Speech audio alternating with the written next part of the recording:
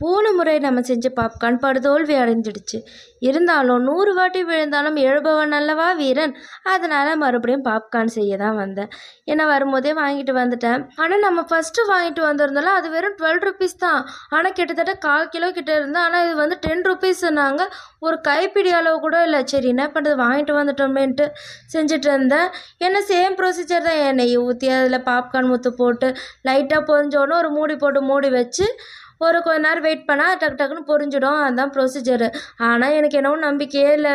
இருந்தாலும் வந்து செஞ்சுட்டு இருந்தேன். ஒரு லைட்டாக ஒன்று பொரிஞ்சு தான் டக்குன்னு மூடி போட்டு மூடிட்டு வெயிட் பண்ணிகிட்டு இருந்தேன். நார்மலாக கேஸ் அடுப்பில் செஞ்சாலே வராது, இதுலையே வந்துட போதுன்னு நினச்சிட்டு தான் செஞ்சுட்டு உட்காந்துட்டு இருந்தேன். பட் ஓப்பன் பண்ணி பார்த்தோம், சும்மா சூப்பராக எல்லாமே அழகாக ஒரு முத்து கூட சிந்தாமல் பொரிஞ்சு வந்துடுச்சு. அப்புறம் நம்ம ஃபஸ்ட்டு வாங்கிட்டு வந்திருந்தோம்ல, அந்த கான்முத்து கொஞ்சம் இருந்தால் சரி அதையும் பொரிக்கலான்னு அது எப்போ போல தான் அப்படியே 4 பொரிஞ்சிட்டு மீதியெல்லாம் தீஞ்சு போயிடுச்சு. ஆனால் வந்து ஃபஸ்ட்லாம் வாங்கிட்டு வந்து இதை தான் செய்வோம், ஆனால் சூப்பராக பொரிஞ்சிடும்.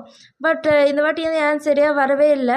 ஆனால் அம்மாவுக்கு இந்த முத்தில் செஞ்சு தந்ததில்ல, இப்போ வாங்கிட்டு வந்ததில்ல, அது வந்து சூப்பராக பொரிஞ்சு வந்துடுச்சு. அதில் சீசனிங் மாரி போட்டு சால்ட்டு போட்டு கொடுத்துட்டேன். எனக்கு கேரமல் பண்ணி சாப்பிட்லான்ட்டு நினச்சி சாப்பிட்டேன்னா அது வந்து கடை சக்கரைனா சூப்பராக வந்திருக்கும் கேரமல்.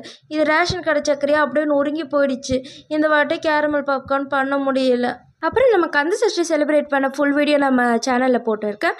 மறக்காமல் டைம் இருந்தால் போய் பார்த்துட்டு எப்படி இருந்ததுன்னு கமெண்ட்டில் சொல்லுங்கள்.